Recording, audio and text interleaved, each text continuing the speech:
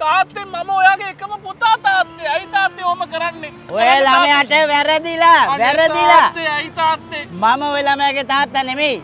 මට ලැජ්ජයි. මේ මට වද නොදී යනවද? තාත්තේ මට ඔහොම කරන්න එපා තාත්තේ.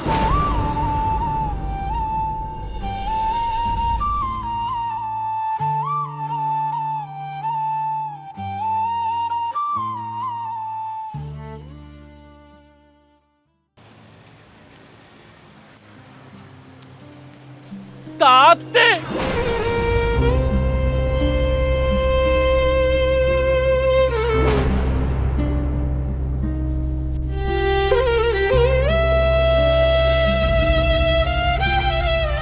තාත්තට කොහමද ඉතින්? ඒ කවුද මේ? තාත්තේ අද මම උපාධිය අරන් මේ තාත්තා කොයිද මෙච්චර කල්? මම ඔය ළමයි වඳුරන්නේ. ඔයා මගේ පුතෙක් නෙමෙයි. මගේ ළමයි ඉන්නේ රට. තාත්තේ මම ඔයාගේ එකම පුතා තාත්තේ. ඇයි තාත්තේ ඔහොම කරන්නේ? තාත්තා කියපින්ද මම ශිෂ්‍යත්වෙත් කරා, ඕ ලෙවලුත් කරා. අද උපාධිය අරන් එනකොට ඇයි තාත්තා මට ඔහොම කරන්නේ? ඔය ළමයාට වැරදිලා. තාත්තේ ඇයි තාත්තේ? මම ඔය ළමයාගේ තාත්තා නෙමෙයි.